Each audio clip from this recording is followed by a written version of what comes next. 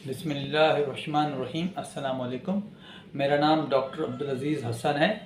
आज मैं डिस्कस करूंगा कि वो कौन सी 4 चीज़ें हैं जो मुसलमानों को दुनियावी कामयाबी में रोल प्ले करती हैं, लेकिन मुसलमान उसका फ़ायदा नहीं लेते। सबसे पहली चीज़, सुबह सवेरे फजर में उठने का हुक्म।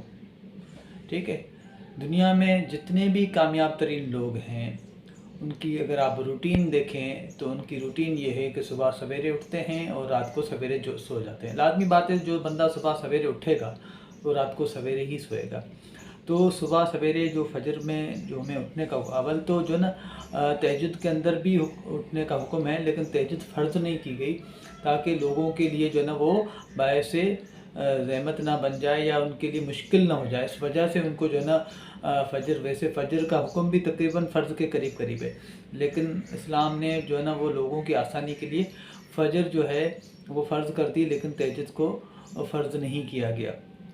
तो पहला जो है सुबह सवेरे उठना, दुनिया में कामयाब तरीन लोगों का सुबह सवेरे उठना ये रूटीन का हिस्सा है। दूसरी चीज़ है कि 5 वक्त जो हमारे ऊपर नमाज फ़र्ज़ की गई है, तो देखें नमाज के अंदर जो जमात है ना वो वाजिब है। तो 5 वक्त हमें जो है इस्लाम के रूल्स ये सिखाते हैं कि वक्त की पाबंदी कितनी ज़रूरी है।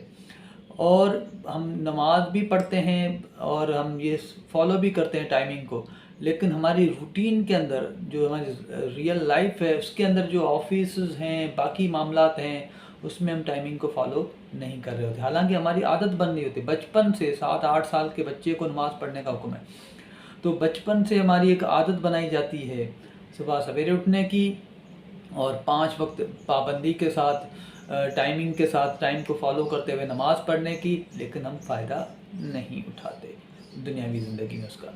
तीसरी चीज़ जो हमें इस्लाम ने अता की वो है जुम्मे की नमाज़ और ईदों की नमाज़। स्पेशली जुम्मे की नमाज़, उसमें क्या होता है, एक मजमुआ होता है।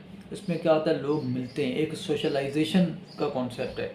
और सोशलाइजेशन ज़िंदगी में कामयाब होने के लिए कितनी ज़रूरी है, आप जितने भी बड़े बड़े लोग हैं उनकी लाइफ को ज़रा स्टडी कर दें, आपको पता लग जाएगा।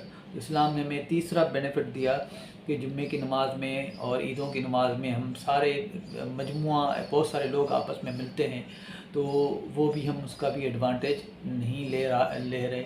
और चौथी चीज़ जो मेरी ऑब्ज़र्वेशन में इसके अलावा भी होंगी, और चौथी और आखिरी चीज़ ये है कि हम इमाम के पीछे जब नमाज़ पढ़ते हैं तो इमाम को इताअत हमारे ऊपर लाजम होती है। तो वो चेन ऑफ कमांड जो है वो हमें बचपन से फॉलो करवाई जाती है कि जो इमाम होता है, जो सरबराह होता है, उसको हमें फ़ॉलो करना है।